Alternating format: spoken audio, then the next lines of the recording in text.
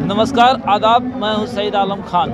आज हम इस समय दिल्ली के जंतर मंतर पे हैं और अभी तक आपने बहुत सारी आर्मी देखा, जैसे भीम आर्मी, स्वर्ण आर्मी और आज एक नई आर्मी दिखाई दे रही है, सुहेलदेव आर्मी।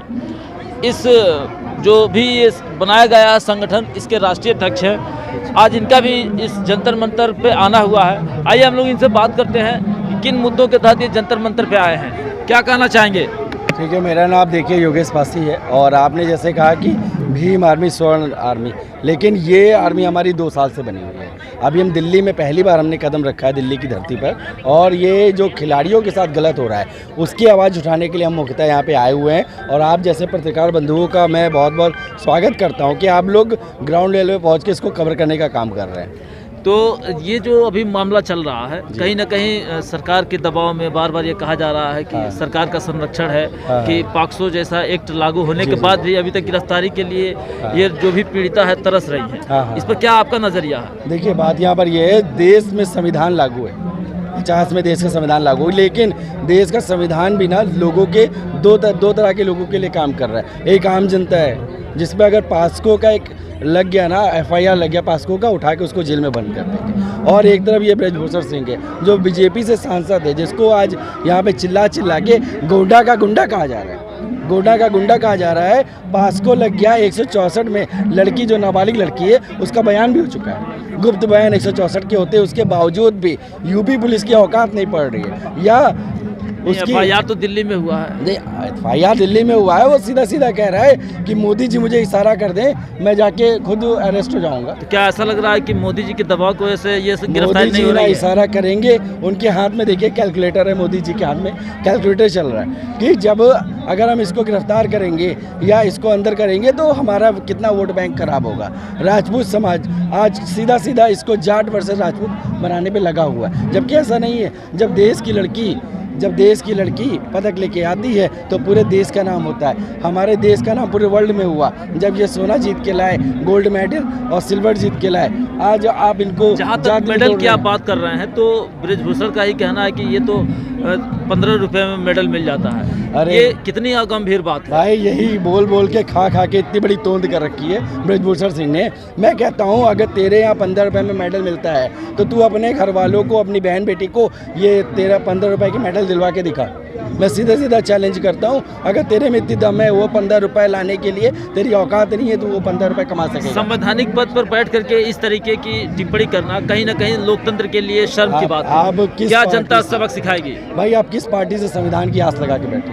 वो संविधान को मानते ही नहीं। वो एक चीज़ मानते हैं, जो कर्नाटक में हुआ है, वो सिर्फ जनता की आवाज़ को, वोट की चोट को मानते हैं। ना उनके लिए कोई नियम है, ना कोई कानून है और ना कोई संविधान है। उनके लिए अगर आप 2024 में उनको वोट की चोट नहीं करेंगे तब तक वो सुधरने वाले लोगों में से नहीं है। और मोदी जी ये जो सोच रहे हैं कि वो आजीवन देश के प्रधानमंत्री रहेंगे, तो कोई भी अमृत पी के नहीं आया है। भाई, आपको पता है कि संविधान बचाओ जैसे रैली निकाली गई, उसके लिए कई सारे प्रदर्शन किए गए। तो ऐसा नहीं लगता है कि आने वाले समय में जब ये एक्ट लगाने के बाद गिरफ्तारी नहीं हो तो कल को संविधान बदल देंगे? नहीं, ऐसा नहीं है। देखिए, संविधान बदलने की इनकी औकात नहीं है। देश की आज़ादी में जो RSS के लोग हैं, एक भी आंदोलन किया हो तो बताइए। इनके सावरकर, जो वीर सावरकर कहे जाते हैं, चिट्ठियाँ लिख के अंग्रेज़ों से माफ़ी मांगते थे कि मैं इन आंदोलनकारियों के साथ में नहीं हूँ। एक भी इनका आइडियोलॉजी का एक नेता नहीं है जो हमारे देश की आज़ादी में शामिल हो। कांग्रेस के सरदार वल्लभ भाई पटेल की प्रतिमा बनाने का काम करते हैं। आपकी ये बातें सारी सही हैं, लेकिन ये भी तो देखिए कि आज इनका जादू बीजेपी का हर राज्य में चल रहा है। भाई देखिए, अभी कर्नाटक का एक जीत का स्वाद चखा दिया कांग्रेस को उन्होंने। अभी कर्नाटक का ये नाटक है। 2024 वो जीत लेंगे इसी EVM के सहारे पे। जब तक EVM रहेगी तब तक ये खेल चलता रहेगा। कभी आपको दिल्ली जिता देंगे, कभी कर्नाटक जिता देंगे, कभी आपको बंगाल जिता देंगे, लेकिन आप दिल्ली में कभी बैठ नहीं पाएंगे। भाई, ये पूरा नाटक चल रहा है। क्या नाम है आपका? मेरा नाम योगेश पासी है, मैं सुहेलदेव आर्मी का राष्ट्रीय अध्यक्ष। ये रहा हमारे साथ योगी दुर्गेश पासी, जिन्होंने बहुत सारी बातों पे चर्चा किया है। निश्चित तौर पर जनता को भी अपने जो कर्तव्य हैं, वो दायित्व हैं, उसको समझना चाहिए और समझ करके अपने वोट के मताधिकार के बल पे कहीं ना कहीं परिवर्तन की ओर आगे बढ़ना चाहिए। धन्यवाद।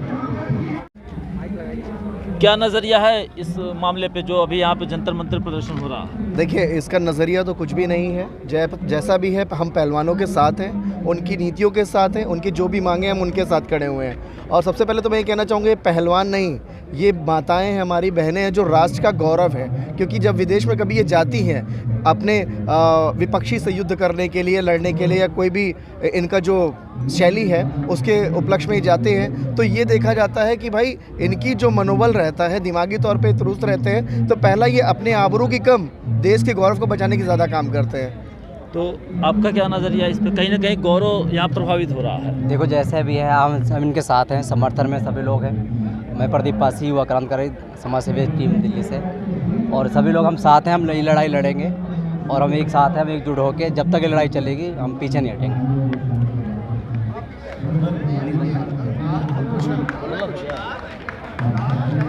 बोला था।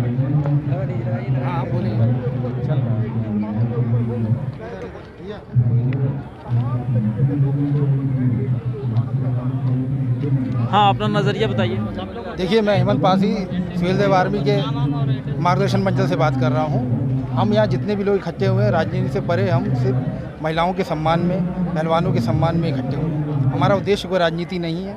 ये संगठन निरंतर महिलाओं के लिए, पीड़ितों के लिए, उत्पीड़ित जहाँ भी होती है, हम लोग सब एकत्र रहते हैं उनमें। और सुहेल देव आर्मी जहाँ भी ऐसा उत्पीड़न का मामला आएगा, हम हमेशा बिना किसी राजनीतिक के, बिना किसी दबाव के, ऐसे यूं ही इकट्ठे होकर, संगठित होकर इस प्रकार आंदोलन को उग्र करेंगे और सरकार से मांग करेंगे कि सरकार इन पहलवानों की और इन लोगों के जो बैठे हैं उनकी मांगों को सुने, समझे और उचित न्याय करे। कब से आप लोग जंतर मंतर पे खड़े हैं? देखिए, हम निरंतर कई दिनों से लगातार हम आ रहे हैं। निरंतर हमारी जो टुकड़ी है सुहेल देव आर्मी की, 2-2, 4-4 दिन के, 5-5 दिन से हम लगातार आ रहे हैं। और आज हमारी निरंतर पूरी कार्यकारिणी आज इकट्ठा हुई है। और आज हम एक सामूहिक रूप से संदेश देना चाहते हैं कि हम यहाँ पहलवानों के लिए, न्याय के लिए, महिलाओं के लिए और अपने युवा साथियों के लिए खड़े हैं।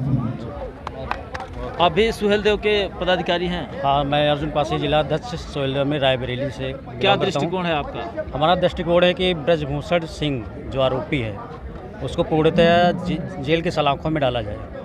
इसलिए पूर्ण समर्थन के साथ सुहेल देव आर्मी जंतर मंतर में आज खड़ी है। और हम यही चाहते हैं कि जल्द से जल्द गिरफ्तारी होनी चाहिए। कैसे?